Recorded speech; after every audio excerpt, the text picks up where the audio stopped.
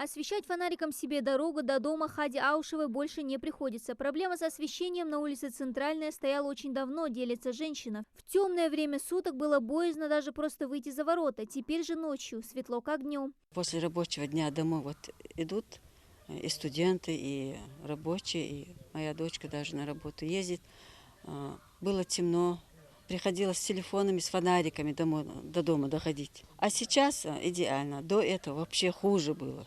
На 100% хуже было. Сейчас очень хорошо, я очень довольна. Электролинии на всех 5 улицах селения Чемульга полностью заменили в прошлом году. Как рассказывает глава села Ахмед Амриев, рабочие заменили все лампы, а также поставили дополнительные столбы. Ремонт прошел в основном за счет средств, выделенных в рамках госпрограммы по линии Минсельхоза «Комплексное развитие сельских территорий». Ветки и столбы мы тоже заменили, поставили новые лампы, поставили, проложили СИП.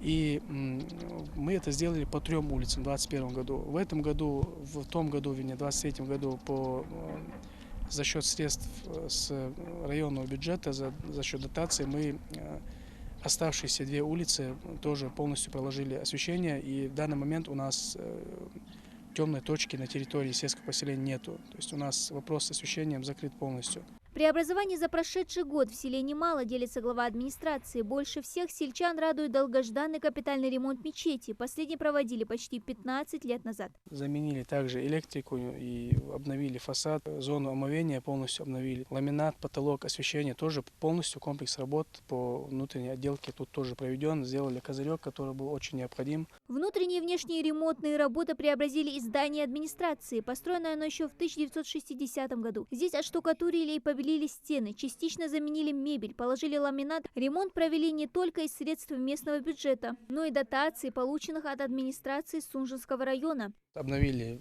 краску фасада здания, обновили козырек, положили плитку, входную часть благоустроили.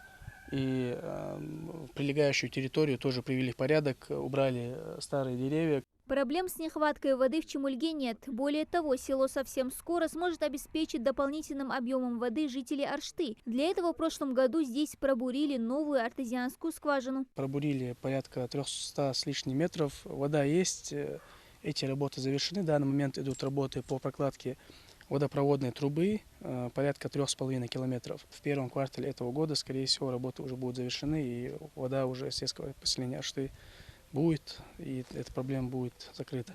В 2020 году в селе также появился и свой дом культуры. Ну а совсем скоро, как надеется Ахмед Амриев, преобразится и это место. За счет бюджета районной администрации в 2023-м здесь также провели работы по очистке канала. Начиная с лесного массива, мы очистили канал и немного поменяли его русло, опустили его по старому руслу, потому как мы планируем здесь провести благоустройство, выравнивание земельного этого участка, и здесь у нас должно быть футбольное поле, совмещенное с воркаутной площадкой, и волейбольная площадка тут должна быть, да, будем участвовать в проектах.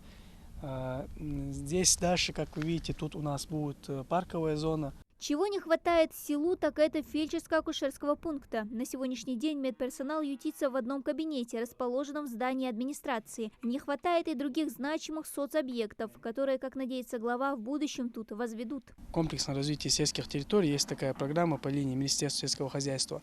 Участвую не первый год.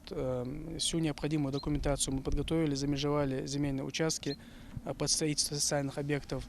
Я надеюсь, в этом году мы пройдем конкурсный отбор и нам построят объекты, такие как школа, детский сад, ФОК и ФАП. ФАП у нас, в принципе, по линии Министерства здравоохранения заложен. В 2025 году нам обещали его построить. В этом году по линии Минобра в селе также запланирован ремонт школы, построенной еще в 1960 году. Также начаты работы по расчистке земли под пастбище. Дана Плиева, Али Зязиков, Новости 24.